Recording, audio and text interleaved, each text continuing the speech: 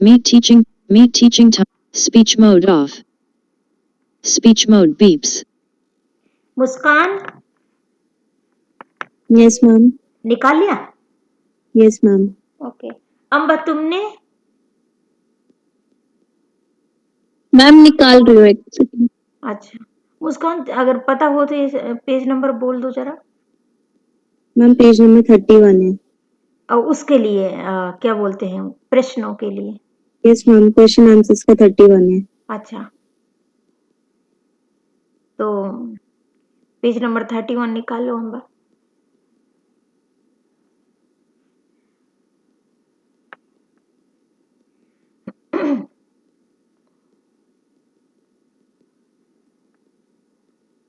नहीं मिला? मैम मिल गया। अच्छा, तो बताओ पहला प्रश्न क्या है इसमें? मैम पहला क्वेश्चन लिखा है, जुलूस कहानी का प्रतिपाद लिखिए। अच्छा, Speech mode talk. Button admit. Nito, outside Bogani Nivdita, joined. You. Speech mode off. प्रतिपाद्य तो मैं हाँ जी, मैम हाँ जी, हाँ मैम जी। जुलूस निकाल रहे हैं ना। हाँ हाँ, जुलूस निकाल रहे ओके हैं और प्रश्न डिस्कस कर रहे हैं, क्योंकि चैप्टर तो हम पढ़ ओके चुके मैम। हैं, तो प्रश्न डिस्कस कर रहे हैं।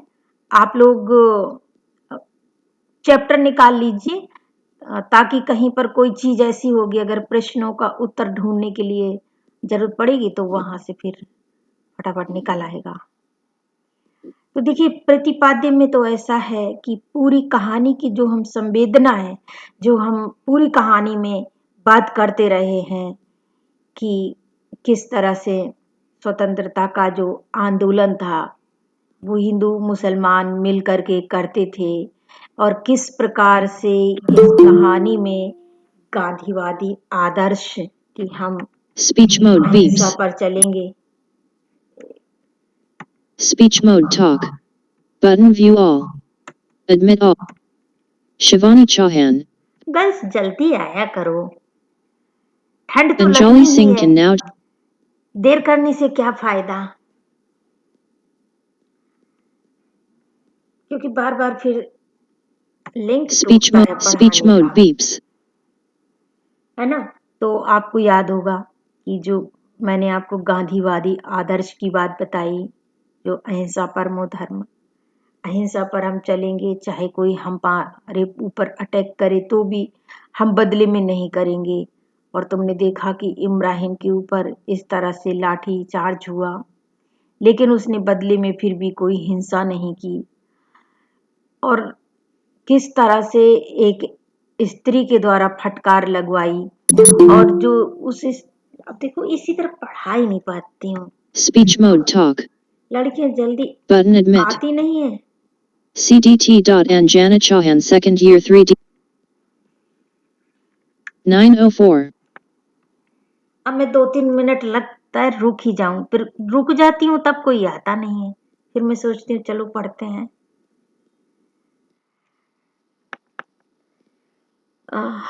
बार बार लिंक टूटता है पढ़ाने में। खैर, तो और वो भी जब दरोगा जी की पत्नी मिठन बाई ने अपने पति को इस बात के लिए फटकारा, काफी तनज कसे कि आप अपनी तरक्की के लिए आप लाठी चार्ज करते हैं, और दूसरे जुलूस में कहा हाँ जाइए और ध्यान से लाठी चार्ज करिएगा, ताकि और जल्दी से जल्दी आपको प्रमोशन मिले, आपकी तरक्की हो, है ना? तो इन सब के द्वारा फिर वहां स्त्रियों ने जिस तरह अपमानित किया, जब जुलूस के दौरान दूसरा जुलूस जो निकला उसके दाह संस्कार के टाइम पे, जब उनके मृतक शरीर को ले जाया जा रहा था, तो इस सब से एक मन में ग्लानि उत्पन्न हुई नायक के मन में, और फिर उसने ये सोच लिया कि चाहे वो नौकरी छोड़ दे लेकिन अपने भाइयों का साथ देगा। साथ साथ उन समस्याओं का भी चित्रण खींचा गया जो उस समय लोग सोच रहे थे कि जो बड़े लोग हैं, जो अमीर लोग हैं, वो भला क्यों ले आंदोलन में भाग, उनकी तो कोई समस्या ही नहीं है, समस्या तो गरीबों की है। और वो गरीबों की जो समस्या है कैसे आज तक Nito has left the meeting. साथ ही Speech mode off. उसमें जो तुमने ये देखा कि जो अपनी हुकूमत की ड्यूटी के लिए कि सरकार अगर कोई सरकारी ऑर्डर निकालती है तो उसका अनिवार्यता से पालन करना पड़ता है, और नहीं करें तो उनकी नौकरी पर आंच आएगी। वो डर, वो भय आज भी है। जैसे पहले आंदोलन में डर रहता था कि रोका जाएगा, ना रोकने पर लाठीचार्ज हो सकता है, वो सब आज भी होता है। मैंने आपको टाइम टू टाइम बताया। धारा 44 लगा दी जाती है, रोका जाता है। मांग जायज है कि नाजायज है, अगर जनता के हिसाब से, नागरिकों के हिसाब से वो जायज बनी रहे, लेकिन सरकार के हिसाब से अगर वो उनको लगता है कि नहीं, इस मांग को नहीं माना जाएगा, तो आज भी लाठीचार्ज होता है, जेल जाना पड़ता है।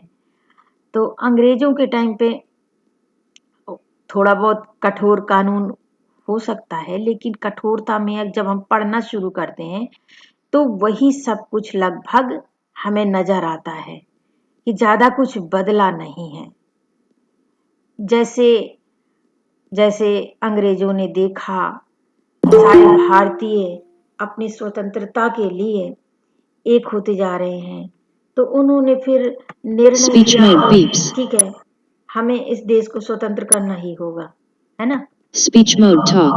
Button admit. तो उसी तरह तो आज भी होता Critic है Rai. कि जैसे Speech mode किसानों off. का जो आंदोलन था, जब सरकार ने देखा कि ये तो रुकने का नाम ही नहीं ले रहा है और उसमें सब लोग लगभग शामिल होते जा रहे हैं, भले ही मीडिया खुल करके किसानों की बात ना रख पाए, भले ही पुलिस तैनात रहे, भले ही मिलिट्री तैनात रहे, लेकिन लोग नहीं झुक रहे हैं, तो उन्होंने भी कानून वापस ले लिए। लेकिन 1 साल तक किसानों को क्या नहीं सहना पड़ा, तो क्या बदला। एक तरह से अंग्रेजियत की याद तो दिलाई ही जाती रहती है। तो यही सब कुछ प्रासंगिकताएं हैं जो इस कहानी के माध्यम से उस समय की परिस्थितियां, जो स्वतंत्रता से पहले की परिस्थितियां और आज की भी प्रासंगिकता, है ना, ये सब कुछ आप लिखेंगी तो यही होगा फिर वो प्रतिपाद्य। ये आप कर लोगे। इसके लिए आपको बैठ के थोड़ा सा पढ़ते हुए, एक आध लाइनों को कोट करते हुए बनाना होगा। लिखकर ही अच्छी प्रैक्टिस हो पाएगी। तो आप अपने नोट्स बनाना शुरू कर लें। यही आपके असाइनमेंट में भी काम आएंगे जब मैं असाइनमेंट दूंगी बनाने के लिए। तो इस पर किसी को कुछ पूछना है, कुछ कहना है? गर्ल्स, किसी को भी?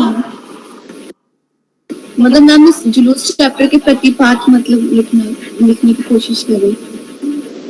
मैं जो इतनी देर से बोल रही हूँ वो क्या था? यही सब तो बोल रही हूँ ना, प्रतिपाद्य ही तो बोल रही थी। Yes ma'am. हाँ, तो मुझे ये बताओ ना कि तुम अब इसमें कुछ पूछना है, कुछ ऐसा है जो नहीं समझ आया हो। तुम तो वही रिपीट कर रहे हो कि अच्छा मैडम प्रतिपाद्य लिखने की कोशिश कर रही हैं। ऐसा लग रहा है कि जैसे मैं अभी तक कुछ और बता रही थी। तो कुछ नहीं किसी को? तो नेक्स्ट क्वेश्चन बताओ। अम्मा नेक्स्ट क्वेश्चन बताओ। जुलूस कहानी के मूल संवेदना पर प्रकाश डालिए। देखिए, प्रतिपाद्य की तैयारी हो गई तो वही संवेदना की भी तैयारी हो जाएगी। संवेदना और प्रतिपाद्य में मोटा मोटा इतना ही अंतर होता है कि अगर कि कोई आपसे प्रतिपाद्य पूछे तो संवेदना जो एक होती है, जो आप अपनी तरफ से, मतलब उसमें लिखा नहीं है, लेकिन जो जैसे अब मान लो आज की प्रासंगिकता के विषय में थोड़ी ना लिखा है आज की 70-75 साल बाद क्या परिस्थिति है ना, तो वो भी आप जोड़ेंगे तो वो मूल संवेदना हो जाएगी। लेकिन प्रतिपाद्य में आपने कहानी का ऐसे सार लिख दिया, समझ लो कोई 100-200 शब्दों में कहानी का सार भी बता दिया तो प्रतिपाद्य हो जाता है। तो लगभग थोड़ा सा माइनर सा अंतर रहता है। हालांकि जब सार बताते हैं प्रश्नों के उत्तर में तो हमें थोड़ा बहुत शामिल तो करना ही चाहिए संवेदना को, और जब हम संवेदना बताते हैं तो सार तो कहानी का आ ही जाता है। तो ऐसा कुछ नहीं है कि बहुत बड़ा अंतर होता है, थोड़ा सा बस व्यवहारिकता में थोड़ा सा अंतर होता है कि सार में अगर आप संवेदना को नहीं शामिल करोगे तो भी चल जाएगा, और जैसे संवेदना में सिर्फ संवेदना संवेदना बताते चले जाओ और कहानी का सार पूरी तरह ना भी आ पाए बताने में तो भी चल जाएगा। बस इतना सा माइनर सा अंतर रहता है। तो मेरा कहना होगा कि आप संवेदना, जिसको प्रतिपाद्य कहा गया अभी पहले प्रश्न में, तो आप मूल संवेदना इसकी कर लीजिए, और मैंने मूल संवेदना ही एक तरह से बताया है प्रतिपाद्य की जगह, तो उसमें दोनों ही चीजें कवर हो जाएंगी। एक और आप ये मूल संवेदना बता देंगी जो मैंने अभी बताया, तो उसमें समस्या ही समस्या बताई ना, कहानी का सार तो बताया नहीं है कि नहीं? क्योंकि मैं ये मान के चल रही थी कि कहानी का सार तो क्या पूरी कहानी मैंने पढ़ाई है, तो सार आपको मालूम है कि किस तरह से एक जुलूस से ये कहानी शुरू होती है और फिर उससे भी बड़े दूसरे जुलूस से ये कहानी समाप्त होती है। और दोनों जुलूसों में क्या है, दरोगा जी की भूमिका है जिसमें वो पहले तो एक खलनायक की तरह, अत्याचारी नायक की तरह, एक कानूनी डंडे की तरह सामने आते हैं, और सामने होता है इब्राहिम नाम नायक जो आंदोलन के लिए आगे आया है, और फिर किस तरह से पात्र सामने आते जाते हैं और वो अपनी भूमिका निभाते हैं, जैसे मिठन बाई की भूमिका है। इसके बाद फिर वहां पर जो लाठी पड़ने का थोड़ा सा एक चर्चा होता है, एक दूसरा अर्दली है उसका पोस्ट मुझे ध्यान नहीं है कि वो किस तरह से कहता है कि अच्छा हाथ पड़ा है, और दरोगा जी को शर्मिंदगी महसूस होती है, और जाकर के फिर जो इब्राहिम की पत्नी है उसकी क्षमा याचना के साथ ये कहानी समाप्त होती है। इस गिलानी के साथ समाप्त होती है कि अब जो है वो किसी भी अपने भाई बंधु पर लाठीचार्ज नहीं करेंगे, अत्याचार नहीं करेंगे, चाहे उन्हें नौकरी करने को मिले और चाहे ना मिले। साथ में जो मिठन इतनी गिलानी महसूस कर रही थी कि उसका ऐसा पति है जो अपने ही भाइयों पर लाठी चलाता है, तो उसे भी बड़ी प्रसन्नता होती है, खुशी मिलती है, गर्व महसूस होता है कि जैसे जन्मों जन्मों के कष्ट पाप दूर हो गए हों। तो ये तो कहानी का सार है जो मैंने तुम्हें प्रतिपाद्य के टाइम पर ना बता करके मूल संवेदना पर बात ज्यादा की, क्योंकि मेरा ध्यान खींचने का पर्पस है कि मैं मूल संवेदनाएं तुम्हें समझा सकूं, सार तो तुम खुद भी समझ रहे होंगे। तो अब प्रतिपाद्य में लगभग सारे होता है, वैसे प्रतिपाद्य में दोनों चीज आनी चाहिए। जब टोटल बोला जाए कि सार लिखो तब चाहे हम इग्नोर कर दें, लेकिन प्रतिपाद्य में दोनों चीज आनी चाहिए, सार भी और संवेदना भी। तो आप प्रतिपाद्य तैयार कर लें, दोनों चीज के लिए ये आंसर हो जाएगा। ये क्लियर है आपको? Yes ma'am. सभी को? जिसको नहीं हो तो गर्ल्स अपने आप हैंड Yes, रेस ma'am. कर देना, है ना, हैंड रेस कर देना जिसको कहीं पर कोई डाउट हो, और फिर इसके बाद अपनी बात भी रखना, हैंड रेस करके रुक नहीं जाना है। चलिए तो नेक्स्ट क्वेश्चन बताओ। मैम थर्ड क्वेश्चन है बीरबल का चरित्र चित्रण। अच्छा, इसका नाम बीरबल था ना दरोगा जी का? Yes ma'am. ये तो आप कर ही लोगी कि नहीं कर पाओगे? है ना? Yes Yes, ma'am. ma'am. क्योंकि बार बार तो उन्हीं के चरित्र की चर्चा हो रही है, तो ये यस मैम। आपको आगे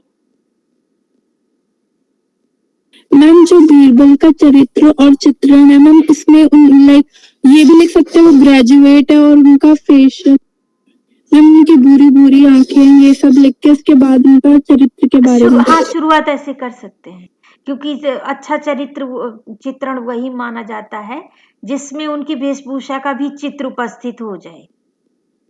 ओके मैम। हाँ। मैम प्रश्न 4, हम्म, जुलूस शहर उत्सुक हो रहे हैं। प्रश्न पहला, प्रस्तुत गद्यांश किस पाठ से उद्धृत है, इसके लेखक कौन है? हम्म। और मैम सेकंड है, बीरबल कौन था? क्या मैं समझी नहीं, गद्यांश कहाँ है? मैम फोर्थ क्वेश्चन में लिखा है जुलूस शहर उत्सुक हो रहे हैं, फिर मैम क्वेश्चन 1 करके है प्रस्तुत तो गद्यांश किस जुलूस पाठ शहर से? उत्सुक हो रहे हैं। हाँ जी मैम। No, ma'am. जुलूस शहर डॉट डॉट डॉट, मतलब उन्होंने पूरा नहीं लिखा है. हाँ, ये फिर पढ़ के लास्ट देखना वर्ड पड़ेगा। ये उत्सुक हो शुरू रहे में हैं. शायद होगा, देखना जरा मुस्कान, Yes, ma'am. ये पढ़ के देखना पड़ेगा। ये मेरे ख्याल से शुरू में था, जो मुझे याद आ रहा है।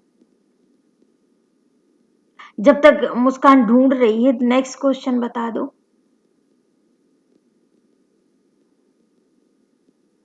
मैम इसी का फर्स्ट पार्ट में लिखा था प्रस्तुत गद्यांश किस पाठ से उद्धृत है, इसके लेखक कौन है? देखो, लेखक आप जानते ही हो कौन है, और वो ढूंढ तो रही है ना, जब वो मिलेगा तभी पता चलेगा कि किस पार्ट में वो है, या फिर इसी पार्ट का मेरे ख्याल से तो नाम बताना है और कुछ नहीं करना है, नाम ही बताना है ना। तो जुलूस हाँ कहानी जी। से उद्धृत है और लेखक मुंशी प्रेमचंद है, क्योंकि जो कहानी का लेखक है वही तो लेखक रहेगा। इसका मेरे ख्याल से आशय उत्पन्न तो है नहीं, जो पूरा हम देखते रहे, ढूंढते रहे कि कहां पर है। एक बार फिर से रिपीट करो इस प्रश्न को। मैम प्रस्तुत गद्यांश किस पाठ से उद्धृत है, इसके लेखक कौन है? बस, तो इसका सिंपल आंसर है, कुछ ढूंढने की जरूरत नहीं है ना? ये जुलूस कहानी से है और मुंशी प्रेमचंद लेखक हैं। नेक्स्ट बताओ। मैम सेकंड पार्ट इसका बीरबल कौन था? तो बीरबल आप जानते ही हो कौन है, दरोगा है ना। और इस पाठ जुलूस कहानी का नायक भी है, जुलूस कहानी का नायक है जो पेशे से दरोगा है। मैम पहले खलनायक था फिर नायक हो गया। क्या कह रहे हो? मैम पहले खलनायक अरे था वो और तो फिर उसका नायक। चरित्र है, वो तो उसका चरित्र है। कौन था? वो दरोगा था, है ना। Yes ma'am. और खलनायक तो उसका चरित्र दिखता है, लेकिन वो है तो नायक ही कहानी का। यस है, मैम। ये लास्ट में। खलनायक था नहीं कहना है। मैं ये कह रही थी कि आपके सामने पहले वो एक खलनायक की तरह आता है सामने, और बाद में फिर नायक की तरह लगता है, लेकिन वो कहानी का नायक ही है, क्योंकि जिसके इर्द गिर्द कहानी घूमती है और जो कहानी का मुख्य पात्र होता है, जो शुरू से लेके आखिरी तक हर जगह उपस्थित रहता है, तो वो दरोगा जी ही हैं, कि जहां देखते हो आप सब जगह दरोगा जी उपस्थित हैं। ठीक है। मैम मिल गया. हाँ, अच्छा, पर इसमें तो यही दो ही बातें बतानी थी, इसका वो नहीं था कि इसके और इसके भी बारे में। क्वेश्चंस हैं. हम्म? इसके और भी क्वेश्चंस हैं. हाँ, तो वो बताओ, आगे क्वेश्चन बोलो अम्बा। मैम थर्ड क्वेश्चन है दीनता का सुहाला शिखर सुदूर आकाश पर चमक रहा था, का आश्चर्य स्पष्ट कीजिए। ये देखना पड़ेगा कि कहाँ से लिया गया है, कौन से पोर्शन से, तो फिर वो आश्चर्य समझ में आएगा। और मैम फोर्थ हाँ, मैम फोर्थ क्वेश्चन है उनकी यात्रा का लक्ष्य स्पष्ट कीजिए। उनकी यात्रा का मतलब जुलूस का ही है ना। उनकी यात्रा कह करके देखो, एक तो वो जो शव यात्रा हो रही थी उसकी बात कर रहे हैं कि किसकी कह रहे? ये पिछले क्वेश्चन से रिलेटेड तो नहीं है जो अभी तुमने पढ़ा था? पिछला क्या, एक बार फिर से पढ़ो, उसी से रिलेटेड हो रहा है क्या? मैम थर्ड क्वेश्चन रिपीट करें। हाँ, स्वाधीनता का सुहाला शिखर सुदूर आकाश में चमक रहा था का आश्चर्य स्पष्ट कीजिए। अच्छा, तो ये तो ढूंढ लो मुस्कान, इसका तो आशय ही स्पष्ट करना है। आशय स्पष्ट करने से मतलब है कि इसका पूरा साप्रसंग व्याख्या करनी होगी, जैसे कविता की करते हैं। वो अभी मैं तुम्हें समझा दूंगी। तो ये कहाँ से लिया गया है, तो मतलब कौन सी जगह से लिया गया है, ये थोड़ा सा तुम्हें मिला के बताना होगा। और नेक्स्ट क्या था, उनका यात्रा का क्या उद्देश्य था? मैम फोर्थ क्वेश्चन है उनकी यात्रा का लक्ष्य स्पष्ट कीजिए। हाँ, लक्ष्य उद्देश्य एक ही बात होती है। तुम ये उस जहाँ पे ये क्वेश्चन होगा ना, शायद उसके बाद से ही संबंधित होगा, तो उसी से समझ में आएगा। क्योंकि यात्रा एक पहले जुलूस की जो यात्रा है उसमें तो उद्देश्य जो है ना, लक्ष्य स्वतंत्रता प्राप्ति है। और मेरे ख्याल से यही इसका मतलब होगा जहां से ये लिया गया है ना, कि उनकी इस यात्रा का क्या लक्ष्य था। मेरे मुंह से उद्देश्य निकल जाता है स्वतंत्रता प्राप्ति। स्वतंत्रता प्राप्ति के लिए ही कर रहे थे ना आंदोलन, जुलूस निकला हुआ था। जुलूस किस लिए निकला था? स्वतंत्रता के लिए, है ना। तो स्वतंत्रता प्राप्ति ही इनका लक्ष्य था। और नेक्स्ट क्वेश्चन,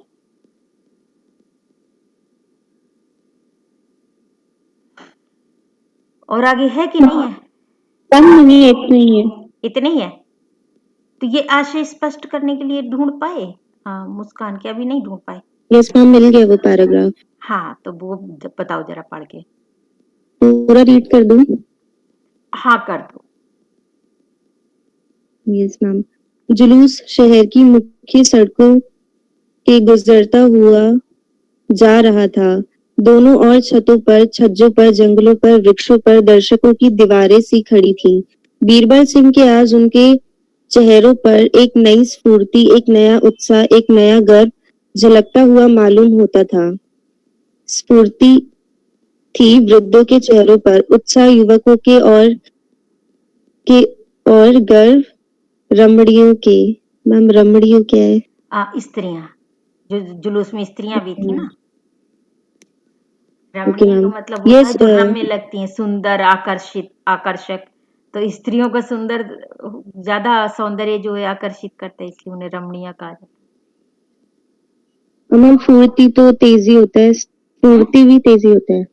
हाँ, फुर्ती। मैम फुर्ती मतलब हाँ, तेजी भी कह सकते हैं। स्फूर्ति का मतलब वही है कि एक जैसे तुम सुस्त हो, स्फूर्ति है, मतलब वही ताकत, तेजी, वही एक ही बात है। अपने अंदर एक गतिशीलता है, ठीक है। स्फूर्ति यस में सब मैम। चीजें, ये गतिशीलता स्वराज के पथ ज्यादा सार्थक शब्द होगा। हाँ, पढ़ो। Yes ma'am. ये स्वराज के पथ पर चलने का उल्लास था। अब उनकी यात्रा का लक्ष्य अज्ञात ना था। पथ भ्रष्टों की भांति इधर उधर भटकना ना था। दलितों की भांति सिर झुकाकर रोना ना था। स्वाधीनता की सुनहला शिखर सुदूर आकाश में चमक रहा था। ऐसा जान पड़ता था लोगों के बीच के नालों और जंगलों की परवाह नहीं है। सब उस सुनहरे लक्ष्य पर पहुंचने के लिए उत्सुक हो रहे हैं। हाँ, तो यहीं से संबंधित था ना वो। अब सुनहरा लक्ष्य क्या है? स्वतंत्रता प्राप्ति, है ना। और यस मैम। और यही इसका आशय स्पष्ट होगा कि अब उन्हें ऐसा लगने लगा था जब उन्होंने देखा कि हम सब एक हो गए हैं, हिंदू हो चाहे मुसलमान हो, चाहे निम्न जाति हो चाहे उच्च जाति हो। हालांकि उच्च जाति के लोग ज्यादा नहीं थे, फिर भी उन्हें ये विश्वास होने लगा था कि अब वो एक हो गए हैं। वो गांधी जी के नेतृत्व में अपने आंदोलन करने लगे हैं। यहाँ पर गांधी जी का चाहे ना भी जिक्र करो, क्योंकि कहानी तो गांधी जी की बात नहीं करती, लेकिन फिर भी तुम कह सकते हो कि गांधी जी का आदर्श यहाँ पर दिखता है कि हम अहिंसा के रास्ते पर चलेंगे और एक होकर आगे बढ़ेंगे। तो अपनी एकता के कारण, अपनी अहिंसा पर की शक्ति पर भरोसा करते हुए उन्हें ये विश्वास होने लगा था कि अब स्वतंत्रता दूर नहीं है, बहुत जल्दी ही वो उसे प्राप्त करेंगे। यही इसका आशय है। इसी कारण उनके मन में प्रसन्नता थी, स्फूर्ति थी और वो सब आंदोलन जुलूस के लिए निकल आए थे अपने अपने घरों से।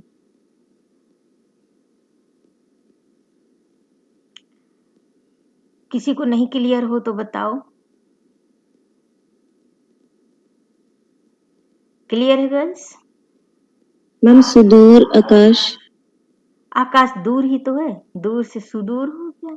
सुदूर आकाश जैसा भी लग रहा है वो बताया जा रहा है। ये तो वातावरण का चित्रण है ना, कि जिस समय वो जुलूस के लिए निकले, जो उन्हें प्रसन्नता अनुभव हो रही थी, उस समय जमीन कैसी थी, आसमान कैसा था, है ना। Okay ma'am. तुम और एक बार पढ़ के देखो, तुम्हें नहीं क्लियर लग रहा हो तो बताओ। नो मैम क्लियर है। गर्ल्स किसी को कुछ पूछना है? नहीं तो फिर हम नेक्स्ट चैप्टर की तरफ बढ़ेंगे आगे।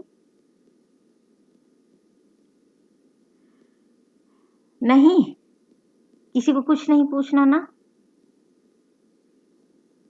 No ma'am. No ma'am. ठीक है, तो फिर हम मलबे का मालिक पढ़ लें आज ही, क्या पढ़ लें क्या? Yes ma'am. Speech mode beeps. Speech mode talk. OBS 26. OBS 2. Exit.